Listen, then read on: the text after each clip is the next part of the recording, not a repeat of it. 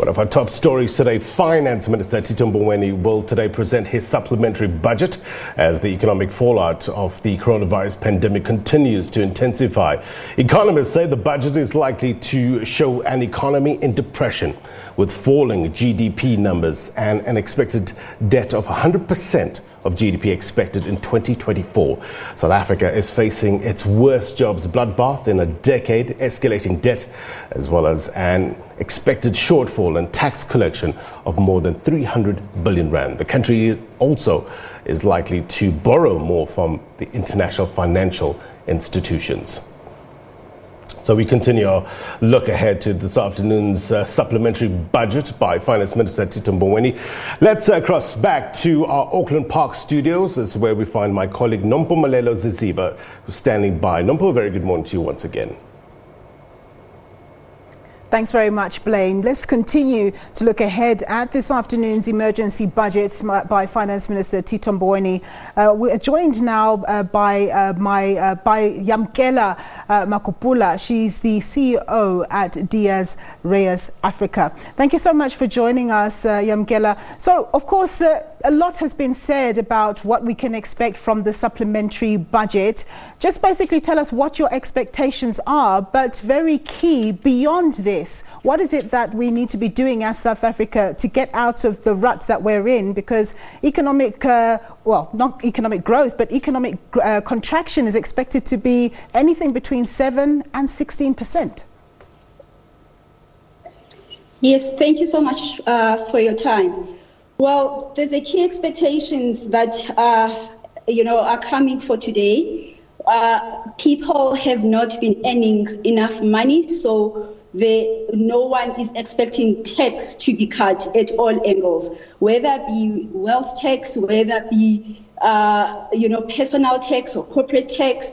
Everyone has been struggling the past couple of months, and everyone is saying coming back tax and saying that you are increasing it, Mr. Minister, is not even an option. The wage bill, it's a very difficult conversation, and the experts are in two different parts of it, because everyone is saying, most people are saying, let's cut the wage bill. But then you get the unions that have some very tangible reasons why you can't cut that, because at a low level you still have a policeman that earns about 10,000 rands, and at a high level, and that's where we need to be looking at actually, CEOs, executives and above. That's probably where the minister would want to start the focusing and say, how do we cut the wage bill at that level before we start going down?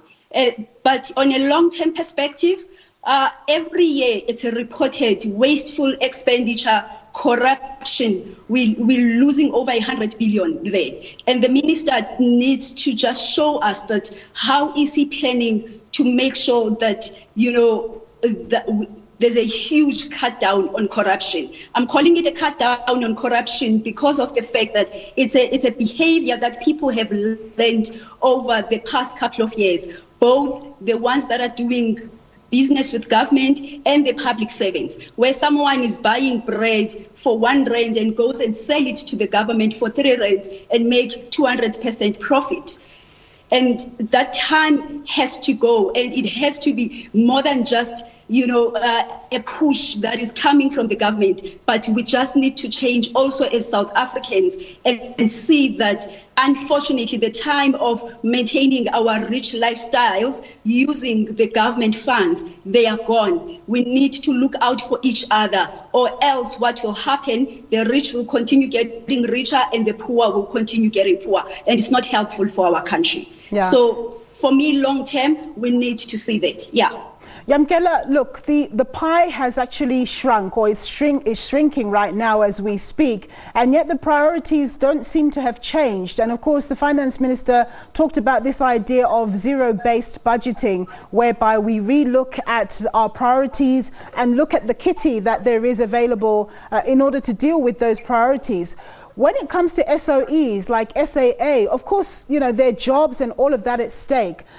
is that a luxury that we can ill afford, or it's something that government should still be pursuing? And even Eskom, don't they need to be finding a way to ensure that it's able to survive on its own and not be relying on taxpayer bailouts every year after year? I mean, for the next 10 years, or from last year, they're going to be depending on about 130 billion rand or more from the taxpayer. Well, the issue with the SOEs, the first one is the fact that we just have too many SOEs. And I mean, a lot of studies have come to show us that. SOEs, number one, they've got a developmental agenda. So they, some part of it has to come from the taxpayers' money. That's something that we can't run away from. But the duplications that have happened with regards to the SOEs, we have to show our seriousness by closing down some of these SOEs. And as you rightfully are saying, the key ones like your likes of Eskom, Prasa, and a couple of others, Transnet, we have to look at re-engineering strategies and see how do we cut down there. And obviously the ripple effect of that is now you have to cut down on jobs, which is something that we cannot afford. So now it goes back to the fact that we need a growing economy. And a growing economy is not only going to come from government working on it. One of the biggest issues we've got in South Africa, it's been written that unfortunately, every year we lose trillions of rands to illicit flow of funds, and corporates are not investing their money in South Africa, and those that are, they will put some money here and go earn big dividends somewhere else. There's a lot that is happening, especially in certain sectors like the mining sector, the services sector. So we need, if you look at what the US and the EU did in 2009 after the financial meltdown that we had in 2008, one of the key things that they did in order to grow their economy was to focus on how do we make sure that the illicit flow of funds is being cut down completely. And they started sitting with those tax haven countries and saying that it's okay for you to be a tax haven, but then don't do money laundering. And in Africa, we've got tax havens that we're just leaving them to just be, and people are able to steal money from South Africa, go put it on the other side and call it legal. But it shouldn't be legal, something like that, because the country is suffering. So we need to be looking into such things, Nompu. Yeah. So yesterday, the government launched an infrastructure symposium looking at about 2.3 trillion rands worth of investment over the next 10 years. From your knowledge, speaking to many players across the African continent, is there appetite to invest in South Africa, or is there more appetite to invest elsewhere on the continent? Because often investors talk about policy uncertainty in this country. Well, there is still some appetite, in investing in South Africa. But then what the South African government needs to show, and what most African countries have been beating us on, is how do we bring the small businesses to be key players in the economy so that we can create jobs, and we can make sure that the plane is level for everyone, the playing field is level for everyone. So investors are looking into such things. That is why you find that Ethiopia, the East, they have been beating us with regards to investors looking to them at that side, because one of the things they've been doing very well, that the investment flow has been clearly going all the way down to the grass level. But in South Africa, it's still the opposite level. You're still the opposite of that, where the money is just still going to the few. And investors are saying, you know what, when I invest, I'm also looking at a developmental agenda, and South Africa is just not developing the small businesses, the people on the ground. Still, most of the people of, the black businesses are still very, very, very, very much suffering. So we have to change the agenda of the way we're doing things. And investors are looking at us, especially being the black government, and also having black CEOs that are sitting on the table with the government advising. Yeah, you talk about the SME sector and of course them needing support. We know that government has put forward this 200 billion rand loan guarantee scheme, which is being facilitated by the commercial banks.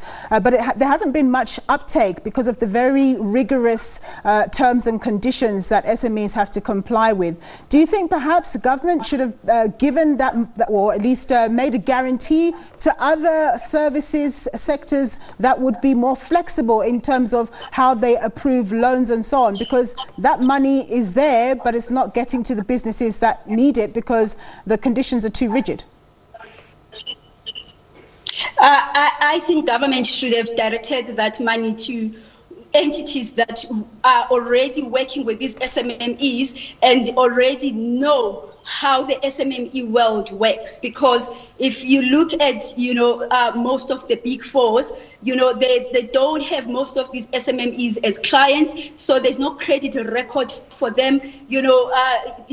There's a lot of uncertainty. You can't blame them for taking longer in the processes of making sure that they send out the money. Also, there's an issue of the fact that there's been high rates of corruption coming also from the private sector in South Africa the past couple of years. So the processes are quite stringent because of that. But then there's other agencies that have been working with these SMMEs, that have records of these SMMEs, that are flexible in making sure that the money gets to people quickly, because this is a state of emergency. An SMME business owner doesn't have the luxury of waiting for another 6 months for a proposal to be approved in order for them to run their business. In 3 months' time, that business is dead. And whatever you give them thereafter is to just pay the loans, but they will never be able to operate again. So we just have to think out of the box. But then also, I understand where government is coming from. They are worried of corruption. They're worried of, people giving money to their own friends and all kinds of things that we've done. There has to be independent committees that are then brought in to look into such things and making sure that even if money is being given to some of these agencies, but they've got an independent committee that is checking them out. And I think the Auditor General is doing a great job, among other committees that we've got in the country. Yamkela, thank you very much for your insights as always. That was Yamkela Makupula. She's the Africa CEO for Diaz, Reus International. We're going to have a quick break and Blaine will have more news for you thereafter.